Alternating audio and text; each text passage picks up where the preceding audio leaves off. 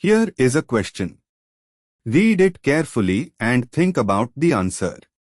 Let us solve it step by step.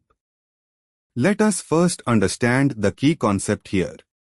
In a Fischer projection, the molecule is oriented with the most oxidized carbon, highest priority in amino acids is equal to ChO at the top and the carbon chain running vertically.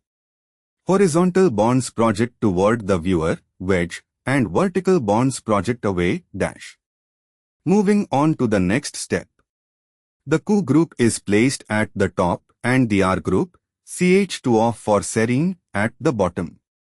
The stereocenter, alpha carbon, has NH2 and H as the horizontal substituents.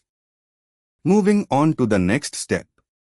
In a Fischer projection with ChO on top and CH2O on bottom, the NH2 group is on the left side, analogous to L-alanine configuration. H is on the right. And for the final step, ChO is on top, vertical, going away, CH2O is on bottom, vertical, going away, H2N, NH2 is on the left, horizontal, coming toward viewer, H is on the right, horizontal, coming toward viewer. This matches the correct L-serine Fischer projection with the standard amino acid convention.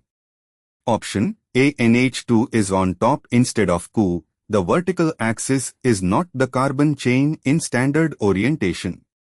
Option B. H is on top, which is not the standard orientation for Fischer projections of amino acids. Option C. CH2O is on top and NH2 is on the bottom, which inverts the standard amino acid Fischer projection convention. Option D. Correctly places ChO at top, NH2 on left, H on right, and CH2O at bottom, representing L-serine in standard Fischer projection format. Therefore, the correct answer is D. Therefore, the correct answer is option D.